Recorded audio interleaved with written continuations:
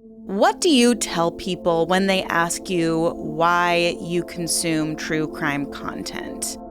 Maybe you agree with me or maybe you don't, but for me, I feel like I just really need to try at least to understand the ununderstandable because I just cannot wrap my brain around why some people would ever want to hurt another person, let alone someone they love or even a stranger.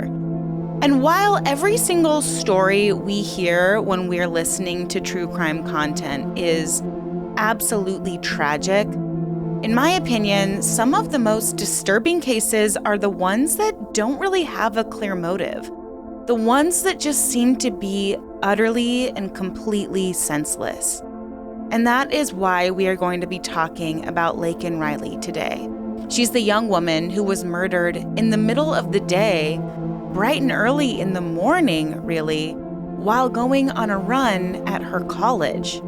She was murdered by a young man who didn't have a motive, who just seemed to see an opportunity to take someone's life. But why would anyone do this? What drives anyone to want to harm another person? Today, we are just going to try to answer that question. So sit back, relax, and take a deep breath. It's time to let the fresh air in.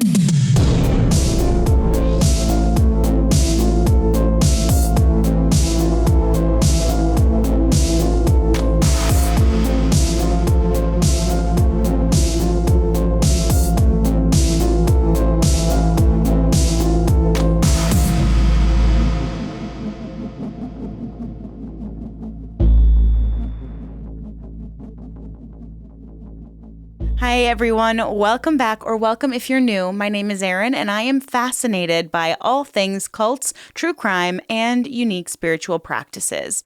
I post at least 2 videos every single week on one of these topics. We've been covering a lot of cults, and today I really am interested to hear your thoughts about this case because it is so nuanced. It is so scary. And I actually have a friend who was inside the courtroom. She is a reporter, and she was telling me some details that I might not get into here. Maybe I'll share a few things. She said it was fascinating, but so sickening and so sad. Some of the things that the people in the courthouse were subjected to by the prosecution, it's just so heartbreaking and unsettling and disturbing. I mean, seeing pictures of Laken's body, it really starts to put things into perspective for you, especially as someone who is in the true crime niche. I want to make sure I'm always doing it in an ethical way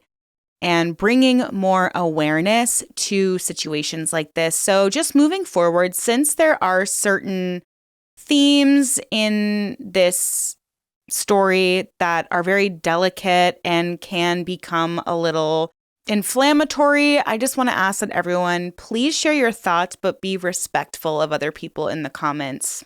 I just want to make sure we are respecting each other and respecting Laken's family and friends if they come across this video. So thank you so much for being respectful in the comments. In other news, I am going to be releasing a Twin Flames universe update next week.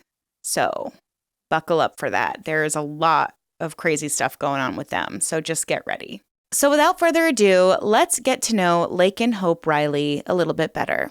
She was born on January 10th, 2002 in Marietta, Georgia, to parents Jason Riley and Allison Phillips. She grew up in a loving family with 3 siblings, and she fostered a strong sense of community and support. Her mother, Allison, often expressed a deep pride in Laken's accomplishments and her character. In a heartfelt message, she described Laken as, quote, a devoted Christian, sister, student, daughter, and friend, unquote, highlighting Laken's unwavering commitment to every aspect of her life.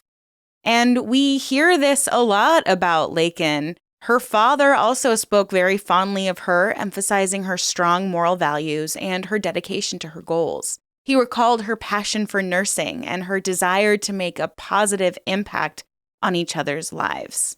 So even though she was so young, she had a very mature way of looking at the world.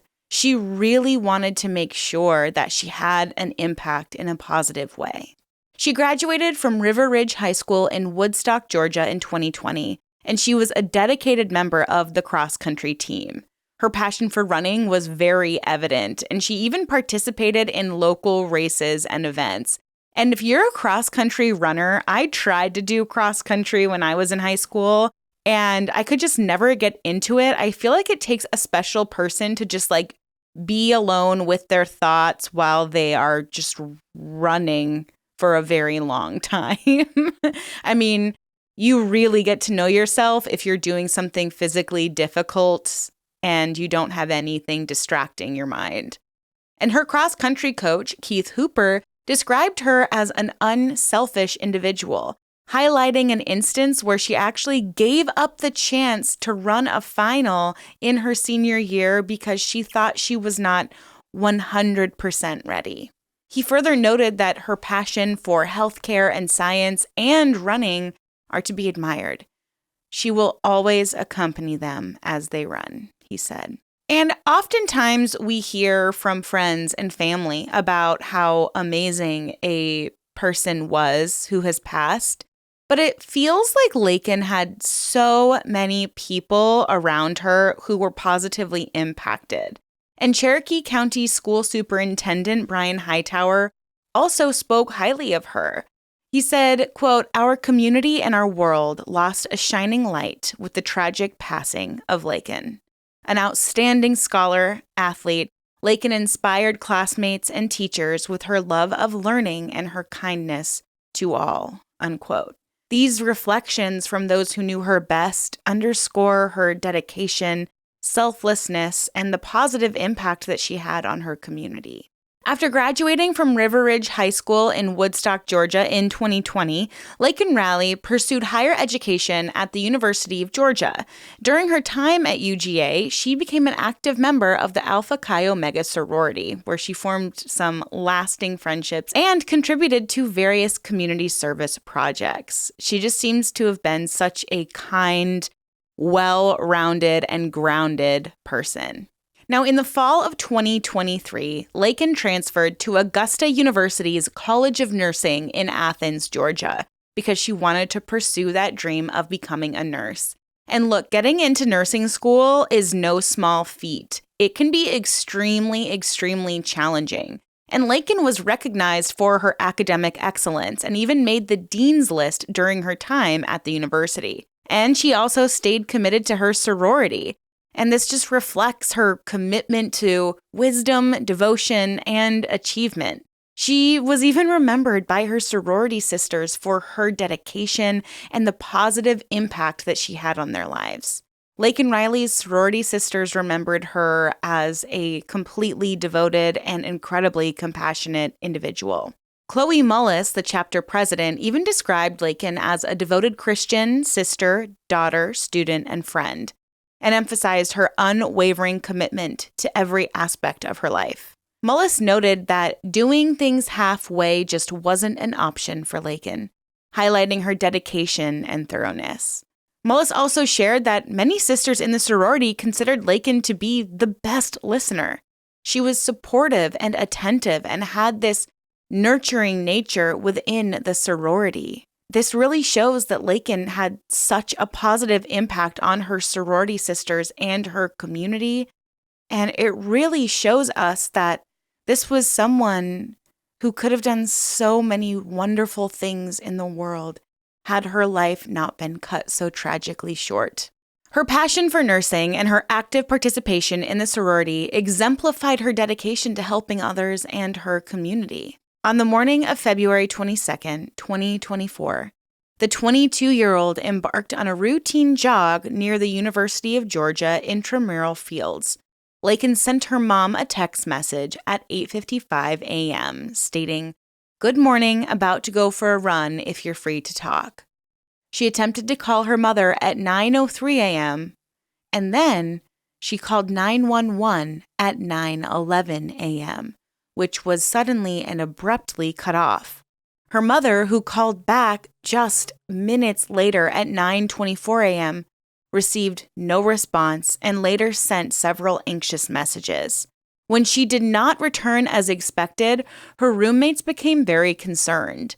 Luckily, they used the Find My app on her phone and noticed that Laken's phone was completely stationary in the same location for an extended period of time. So this prompted two of her roommates, Lily Steiner and Sophia Magana, to search the trail where the app indicated that Laken had been.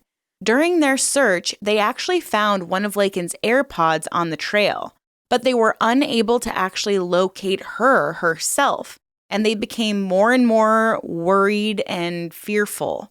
So they returned home and contacted the University of Georgia Police Department at 12:07 p.m. to report Laken missing. And thank God they did, because their prompt actions and detailed information provided to the authorities were absolutely instrumental in initiating the search that led to the discovery of Laken's body later that day. The roommates' vigilance and quick response were crucial in the early stages of the investigation, and let this be a great lesson for all of us. If you suspect something, say something. Track your friends. I'm constantly telling David, my now husband, you need to track my location. Just in case anything happens to me, track my location. Responding to the report, Officer Kenneth Maxwell initiated a search of the area. At approximately 12:38 p.m., just a half hour after her roommates contacted the police, he discovered Laken's body in a wooded area along the trail. Noticing that she was unconscious and not breathing, Officer Maxwell immediately checked her vitals and administered CPR. Despite his efforts, emergency responders later determined that Laken had died before officers found her. Initial observations revealed signs of a violent attack, including blunt force trauma and evidence of asphyxiation. The wooded area was promptly cordoned off for investigation, and forensic teams began collecting evidence from the scene. UGA Police Chief Jeffrey Clark described Laken's killing as a crime of opportunity, indicating that the perpetrator appeared to have acted alone and without any premeditation.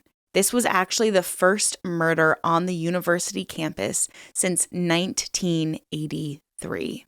Forensic teams arrived quickly on the scene and collected critical evidence, beginning with DNA samples. A key finding was the presence of DNA under Laken's fingernails, indicating that she had fought back against her attacker. Additionally, the injuries observed on her body during the autopsy phase, including bruises and abrasions, supported the theory of a violent struggle. These findings suggested that the attacker had left behind some biological evidence, which investigators were hoping would provide a clear lead. And that they did. The DNA collected from under Laken's fingernails was sent for analysis, and within hours, it matched a profile in a national database. José Antonio Ibarra, a 26-year-old Venezuelan national who had previously been arrested in New York City. His fingerprints logged during that prior arrest were also found on Laken's phone, which had been recovered near her body. These findings provided undeniable physical evidence tying Ibarra to the crime scene and the attack on Laken. Witness accounts further bolstered the investigation. Several individuals reported seeing a man behaving suspiciously near the trail that morning. He was described as disheveled and out of place in this normally quiet area. These reports, combined with surveillance footage from nearby cameras, provided a suspect profile, and video evidence captured a man matching the witnesses' descriptions near the crime scene, leaving the area hurriedly around the time of Laken's attack. So with such a huge lead, authorities quickly decided to learn more about José Ibarra. Now, investigators uncovered some troubling details about Ibarra's history. José Antonio Ibarra was a 26-year-old Venezuelan national who entered the United States illegally on September 8, 2022, near El Paso, Texas.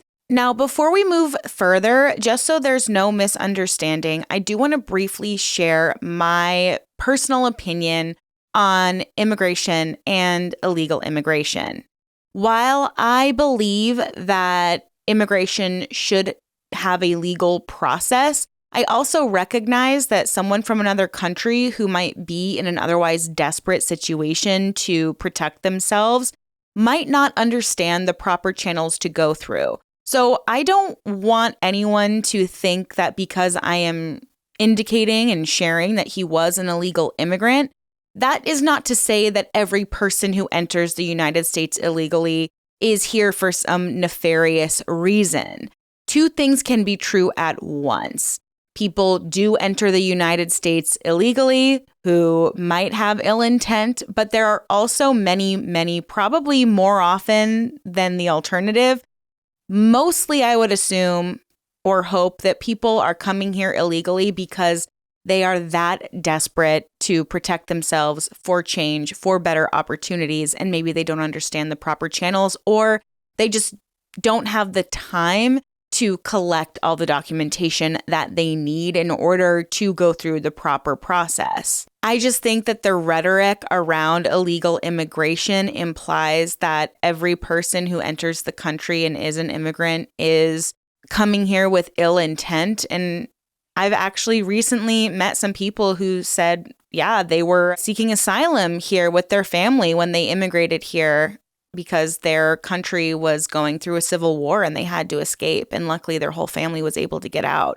So I just think it's really important to emphasize the fact that, A, while José Ibarra was an illegal immigrant and did cause harm here and took advantage of our systems, not every single illegal immigrant does that. There are so many reasons someone might need to come here illegally. Do I believe that it's better if they come here legally? Absolutely, especially for them because they will have better opportunities and have the protections that American citizens have. So I just want to share that here because I really don't want the comments to become a debate of, negative rhetoric about immigration. But that's just my personal opinion, guys. I'm not going to pretend I know everything about this situation. But I also want to point out that as Americans, there's a lot we don't know that happens in other countries, especially if they are less developed than America. So when it comes to Venezuela, I do want to share some things that I learned while researching this case. Venezuela has actually experienced severe economic collapse with hyperinflation, food shortages, and limited job opportunities, and it's become one of the most challenging places to live in Latin America.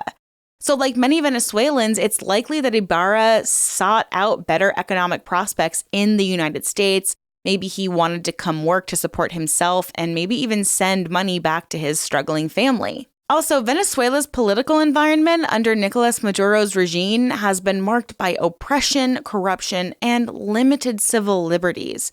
Many individuals have fled the country seeking safety and freedom, particularly as the government's actions continue to destabilize the region.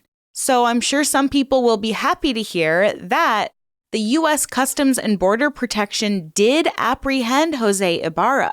However, he was released pending further immigration proceedings. Now, I was really confused and curious about this process because I too was like, okay, so you found out this guy came here illegally, you detained him, and then you just let him back out? Why, if there's such a catastrophe at the border?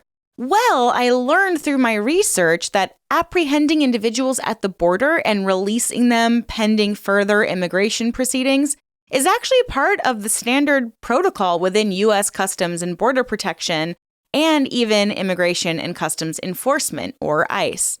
They do these practices under certain sets of circumstances. This approach is often referred to as catch and release, and its application depends on a variety of factors. When individuals cross the border illegally or seek asylum and they're detained by CBP or Border Patrol agents, their biometric data, aka fingerprints and other personal details, are recorded and a background check is even conducted. So these migrants might be transferred to an ICE custody for detention or other processing. And if the individual expresses a fear of persecution or claims asylum, they are entitled to what's called a credible fear interview, which determines whether their asylum case can proceed and they can remain in the country. However, due to limited detention space, non-criminal migrants, particularly families or individuals deemed not posing a public safety threat, are often released with a NTA, or notice to appear in immigration court. These individuals might also receive a NTR, or a notice to report, or they might be placed under monitoring programs like getting an ankle bracelet or having periodic check-ins with ICE. Those released are required to appear before an immigration judge to present their case, but this process can take years because of the extensive backlogs in the immigration system. And the U.S. doesn't have sufficient detention capacity to house all the migrants who are waiting for court proceedings. And federal court rulings, such as the Flores Settlement Agreement, limit detention duration of certain populations, including families and children. What is this settlement agreement, you ask? Well, don't you worry, your girl did the research, so you don't have to. The Flores Settlement Agreement is a landmark 1997 legal agreement that established national standards for the detention, treatment, and release of immigrant children in U.S. immigration custody. Now, it originated from a 1985 class action lawsuit known as Flores versus Reno, and it was filed on behalf of unaccompanied minors who had been detained by immigration authorities. The case sought to address the government's treatment of these children and argued that their rights were being violated. And various administrations in the U.S. have approached this process differently, with some prioritizing detention and others focusing on alternatives to detention, such as monitoring or release. So critics argue that the system allows individuals to evade court hearings, and this leads to a failure to address cases fully. But proponents, however, maintain that the approach upholds humanitarian values while also addressing logistical limitations. And there are still legislative solutions being debated to try to streamline the process and expand detention capacity, but these are so heavily debated that they remain unsolved. So, in the case of José Antonio Ibarra, his release was consistent with the protocol for individuals who do not have a prior criminal record. However, subsequent criminal activity, like his arrest in New York, highlighted flaws in trafficking individuals within that system after release. So following his release, he decided to go to New York City, and he was later arrested on August 31st, 2023 by the NYPD. He faced charges of acting in a manner that was injurious to a child under 17 and had a motor vehicle license violation. But despite these charges, he was once again released from custody. In September of 2023, Jose and his companion, Rosbely Elisbar Flores Bello, were residing at the Roosevelt Hotel in New York City, which had actually been repurposed as a centralized intake center for asylum seekers. This facility provided migrants with access to various services, including legal assistance, medical care, and transportation options to other destinations. Now, while at the Roosevelt Hotel, Ibarra and Flores Bello requested a humanitarian flight to Atlanta, Georgia. And now these flights were part of the program that was designed to alleviate the strain on New York City's resources by facilitating the relocation of migrants to other parts of the country. So you're going to start hearing the name Diego, and this is Jose's brother. And upon Jose's arrival in Atlanta, a friend of Diego ended up transporting them from Atlanta to Athens. Now, Diego, the brother, had been residing in Athens and encouraged Jose to join him because there was the potential for employment opportunities in the area. So Ibarra finds an apartment that is approximately 1 mile from the University of Georgia campus. And I was really curious what brought him to Athens, of all places, since it wouldn't be as easy of a place to blend in as it is in New York. And New York has a lot of opportunities for immigrants. I mean, it is a sanctuary city. But it turns out that José Antonio Ibarra's decision to go to Georgia appears to have been influenced by several factors, one of which being his brother. So the presence of a family member most likely provided a support system and a sense of familiarity in his new environment. His brother also had a job at the university.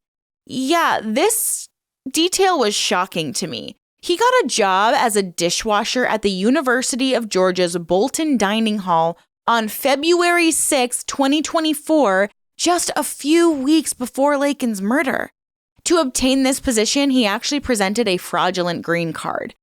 However, he failed to provide any additional documentation that was required to maintain that employment and then was terminated without receiving any compensation at all. Another reason that José moved to Athens could be the existing Venezuelan immigrant community in Athens, and this would have offered a network of social and cultural support and made the transition to a new country a little more manageable. So these factors are probably why Ibarra ended up in Athens, Georgia, of all places. So on February 23rd, 2024, law enforcement executed a search warrant at Ibarra's apartment. During the search, they found items matching descriptions provided by witnesses and seen in the surveillance footage. Additionally, investigators observed fresh scratches on Ibarra's arms that were consistent with defensive wounds inflicted by Laken during the struggle. So, since they found all of this evidence, authorities arrested Ibarra on February 23rd, literally less than 24 hours after Laken's body was discovered. He was charged with malice murder, felony murder, kidnapping with bodily injury, aggravated assault with intent to R-word, and tampering with evidence. The swift and thorough investigation into Laken Riley's murder demonstrates the power of modern forensic science and the importance of collaboration between law enforcement and the community. I mean, the swift action of everyone involved, her roommates going out and searching for her, and then immediately alerting police when they saw something was amiss, and then immediately doing DNA testing and getting that turned around quickly because that doesn't always happen so fast. And then immediately being able to identify and apprehend José, all within 24 hours of Laken's body being discovered. I mean, that is such a fast turnaround and was instrumental in ensuring that the suspect was brought to justice. So the evidence is clearly overwhelming. We have forensic data, digital data, eyewitnesses, and physical elements that all connect José to this crime. The cornerstone of the forensic evidence was the DNA found under Laken's fingernails, and this indicated a struggle. But additionally, Laken's phone that was recovered near her body contained Ibarra's thumbprint, and this further tied him to the scene. I can only imagine that she tried to call 911 and he probably snatched the phone from her and turned it off so she couldn't call for help. We also have the surveillance footage. Cameras actually captured him walking near Oconee Forest Park around the time of the crime. The footage also showed him leaving the area quickly and suspiciously. And that particular visual evidence corroborated other testimonies in detail that had been gathered during the investigation. Eyewitness accounts further implicated Ibarra. Not just one, but several witnesses reported seeing some man that matched his description loitering near the jogging trail where Laken was running. And his behavior was noted as unusual and out of place, raising concerns even before the crime was discovered. On the same day as Laken's murder, he was also observed peeping into the apartment window of a University of Georgia staff member. So this predatory behavior aligned with the nature of the crime, and it demonstrated his capacity for violent acts. And then in his home, investigators actually found clothing and personal items that matched descriptions and eyewitnesses and the clothing seen in the surveillance footage. It's just shocking the quick turnaround of finding the predator in all of this. You just never hear about it happening. I wish when crimes were committed, there was this fast of a turnaround. And also, he just had some shady behavior after the crime. He had some inconsistent statements about his whereabouts on the day of the murder, and it just didn't align with the timeline that investigators had established. And there were also contextual factors that bolstered this case against him. He lived less than a mile away from the crime scene. He was familiar with the area and likely used this knowledge to prey on Laken. He may have even been watching her for a long time. They moved to Athens within, I think, a month or so of each other. It's just very clear that this man was a predator. And the case against him was built on a robust foundation of interwoven evidence. And all of this just reinforced the idea that he had to be the perpetrator and he is a danger to society. So now let's talk a little bit about the trial. This was a bench trial, which means that there was no jury who had to be convinced. The trial was presided over by Judge H. Patrick Haggard and commenced on November 15th, 2024 in Athens, Georgia, and concluded 5 days later on November 20th. So it finished up this week. Now, prior to the trial, Ibarra was indicted on May 8th, 2024 by a Clark County grand jury.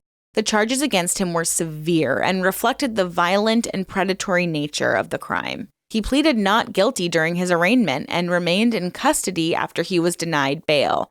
The defense filed a motion to move the trial into another county due to the extensive media coverage of the case, but Judge Haggard denied the request, allowing the trial to proceed in Athens.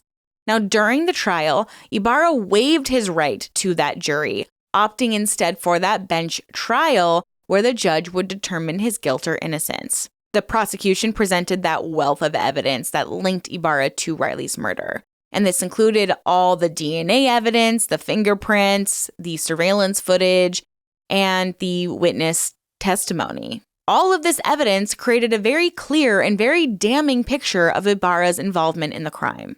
The defense, in contrast, argued that the evidence against Ibarra was circumstantial and raised the possibility that his brother, who also lived in Athens, could have been involved.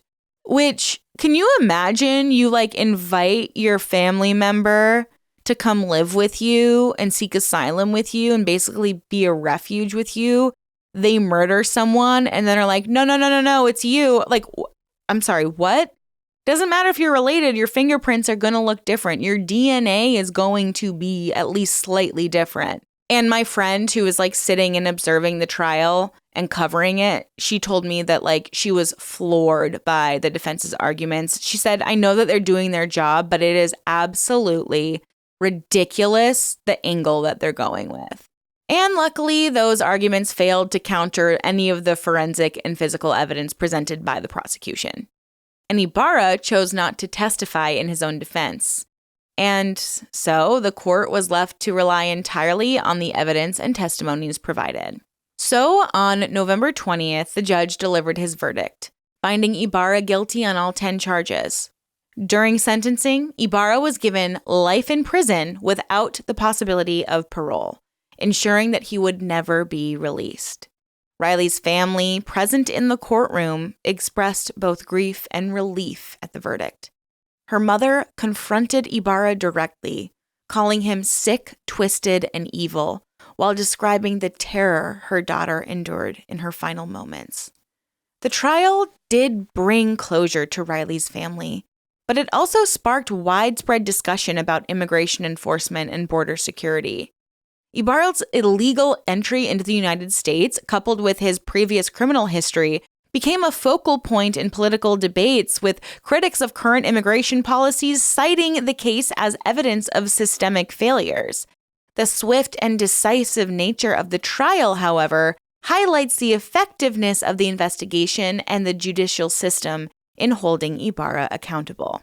While the trial has concluded, its implications continue to resonate for both Laken's grieving family and for the broader national dialogue on immigration and public safety. This case stands as a tragic reminder of the devastating consequences of violent crime and the importance of justice for the victims. But the story doesn't end there. The Laken Riley Act is a legislative proposal that was introduced in March of 2024, just a month after her murder, and it was made in honor of Laken Riley. The act seeks to reform immigration enforcement policies and try to focus on the detention of undocumented individuals charged with specific crimes. The Laken Riley Act introduces several measures to strengthen immigration enforcement. It requires the Secretary of Homeland Security to detain undocumented individuals charged with theft or related offenses. It also provides states with the legal authority to sue the federal government if immigration laws are not adequately enforced, ensuring a mechanism for accountability. Additionally, the act criticizes the catch and release policies of the Biden administration and calls for the reinstatement of the Remain in Mexico policy and claims to advocate for stricter border controls. I do think they could pick a less abrasive name because not all immigrants come from Mexico, but I guess that's a different conversation for a different day. The legislation has made significant progress in Congress. It was introduced in the House of Representatives by Representative Mike Collins, Republican from Georgia, and it passed on March 7th, 2024 with bipartisan support, including votes from 37 Democrats. Shortly after, Senators Katie Britt and Ted Budd introduced the act in the Senate on March 12th, 2024, urging for its immediate consideration to prevent future tragedies similar to Laken's murder.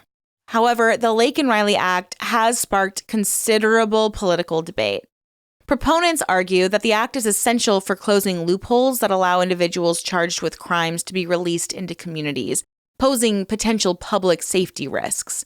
However, critics, including some Democratic lawmakers, have dismissed it as ineffective and symbolic, suggesting that it may not address the underlying causes of immigration challenges and could actually have unintended consequences. As of November 2024, the Laken Riley Act remains under consideration in the Senate. Its future will depend on ongoing legislative deliberations and the broader political climate surrounding immigration reform. But regardless of its outcome, the act stands as a legislative response to a devastating event, aiming to strengthen immigration enforcement measures and protect public safety and prevent similar tragedies. But I feel like I have to agree. If the challenges with detaining illegal immigrants comes from a humanitarian issue and also simply a capacity issue, then I don't know if this act is really targeting the pain points that certain loopholes in immigration concern, if that makes sense. Regardless of your opinion on certain immigration legislation, I think we can all agree that what happened to Laken was absolutely tragic. No human being should be fearful of going on a routine run on their campus in the middle of the day when it should feel and be safe. No person should be fearful to leave their home by themselves. And it's always easy to make generalizations and blame huge populations of people. But what I would hope that we can do is to focus on the fact that justice was served for this family and be open-minded as to different kinds of solutions that can prevent something like this from happening again. I think understanding more about immigration and immigration reform is vitally important instead of just seeing what might be clickbait on the internet, because a lot of what I covered today, I had no idea about either. And I really want us to focus on the most important person in today's case, and that's Laken Riley. She had such a positive impact on the world. She wanted to help people. It seems like she didn't really have an ego. She was incredibly loyal. She was a wonderful daughter, student, person.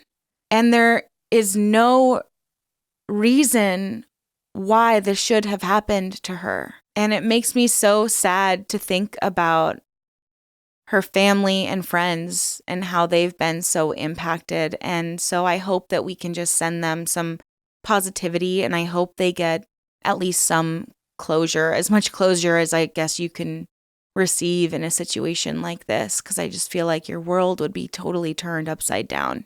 So thank you guys all so much for honoring Laken today and for hopefully listening with an open mind. I hope we all learned a lot from this case. I know I certainly did. And please make sure to stay tuned for my Twin Flames Universe update video. I think it will be a fun one. I might get a little more snarky on that one. We'll see. I'm trying to remain a little more, grounded and not get too inflammatory because I can get a little bit passionate, which some of you have seen. But my heart just really breaks for Laken's family, and it's hard to sign off from a case like this and be cheerful my heart just really, really breaks for them. So I hope that we can send some positive energy to the family. And I know that Laken's friends and family will fondly remember her because it sounds like she was a beautiful person, and it sounds like a lot of us could be a little more like Laken. So anyways, guys, thank you so much for tuning in today. I hope you appreciated this video. Stay safe out there, ask questions, and always stay skeptical. Until next time, bye.